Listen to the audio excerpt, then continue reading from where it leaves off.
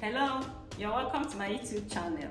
If today is your first time in my channel, you're highly welcome. In this channel, we discuss success principles and wealth creation. I am Ngozi Okure.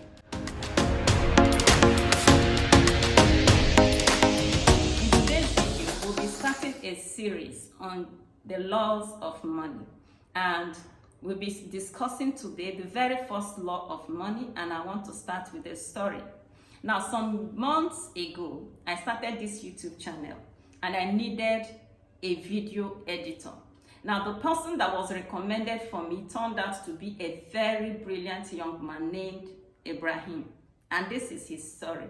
Now, Ibrahim picked a job. After school start, he picked a job as a cleaner in a church somewhere close to my house.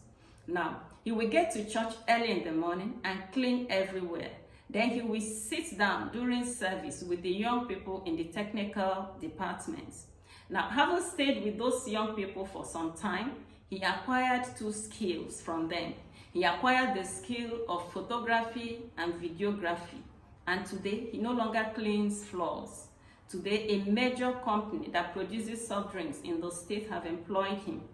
And with this employment came an upgrade in his life. Not long ago, he told me that his company was sending him to Kano to cover an event. And of course, they gave him flight tickets and they hosted him in a modest hotel. Okay, that brings us to the very first law of money, which states that money flows to people who have goods and services to give in exchange for it. The first law of money states that money flows to people who have goods and services to render in exchange for money.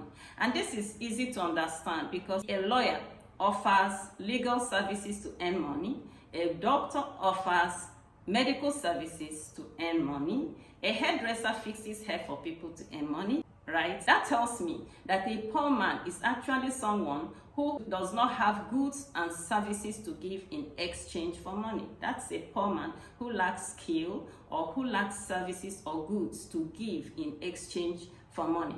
And that's why Brian Tracy says that the keys of the 21st century are the keys of knowledge and skill.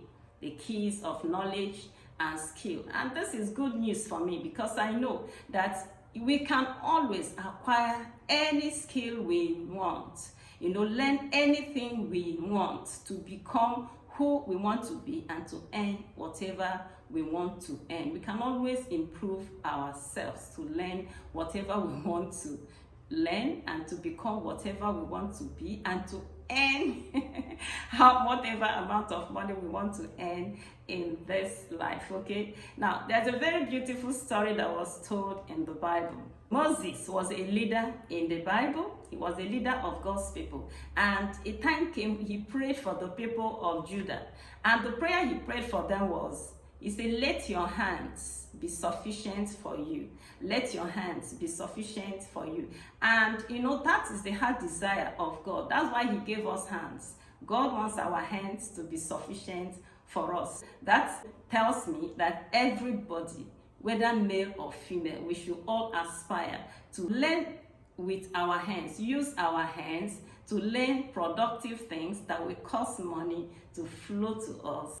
And when I say this, I want to say that it is both men and women that should aspire to earn money. Gone for good should be those days when young women do absolutely nothing, expecting the men in their lives to produce or to provide for them. I tell young girls, I say you should always question and challenge any mindset that tells you that you cannot earn money, okay? Every young person, a young girl listening to me, I want you to challenge and question any mindset that tells you you cannot earn money for yourself. Okay, that's why Ishita Majunda says, don't look for a rich husband, be a rich wife.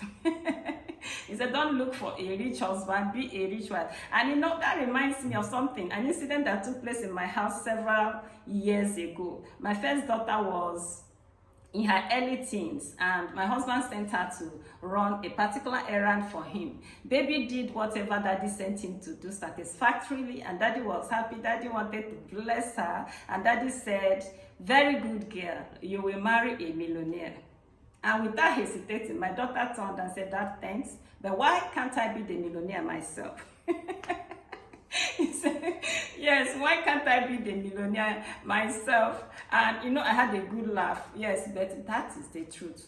That's a question I want every young person to ask herself. Why can't I be a millionaire? Why can't I be, have financial freedom? Why can't I be a blessing? Why can't I be wealthy and be a blessing to my world? Okay, yes, if you're a young person listening to me, I want you to know that you are too good for hookups. You are too good for hookups.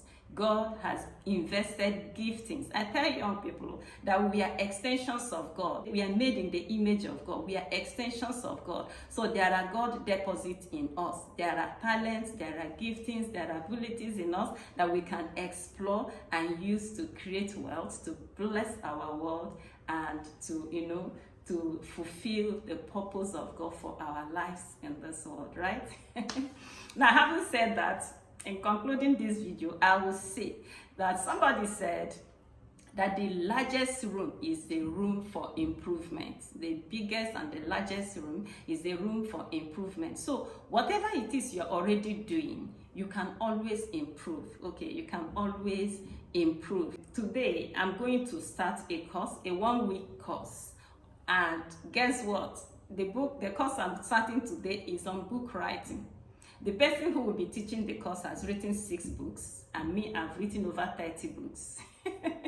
But there is something he's doing a lot better than me in the area of marketing. So, and I want to get it. So I've registered for his course, okay? So I know that the easiest way to get into some people, that can be a blessing to you is when you buy their course, you have access to them, and you acquire the necessary skills and body of knowledge you want to learn from them. So I'm starting the course today. So you too, what course are you trying to do? What course can you do this month? What book can you read? What area, what knowledge can you acquire?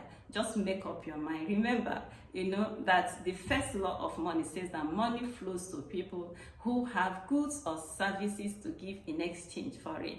Are you a lawyer? You can aspire to become a notary public. Whatever it is you do, you are a speller, maybe you should upgrade, learn a new skill. Hairdresser, learn a new skill. Student, learn something. Are you already doing something? You can learn digital marketing to add to it so that you can enhance your sales, okay? So we should continually be improving ourselves. That is the way that money can easily flow to us in this 21st century that have the keys of knowledge and skill, okay? Remember once again, as I'm rounding up, that money flows. The first law of money states that money flows to people who have goods and services to give in exchange for it.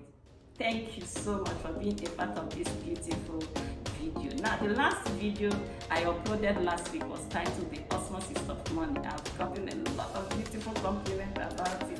So I want to encourage you to watch it. I think it will be at the end screen as this video is ending. And at the description box, I'm giving a free offer of 2 chapters of my book, Wealth Code. Wealth Code is an amazing book. I want you to download 2 chapters of it free. And if you are coming for the first time, I want to appreciate you. In fact, I want to appreciate all my subscribers. Thank you so much. And if you've not subscribed, I want you to subscribe, give me a thumbs up, and tell somebody about this beautiful channel. Till I come your way next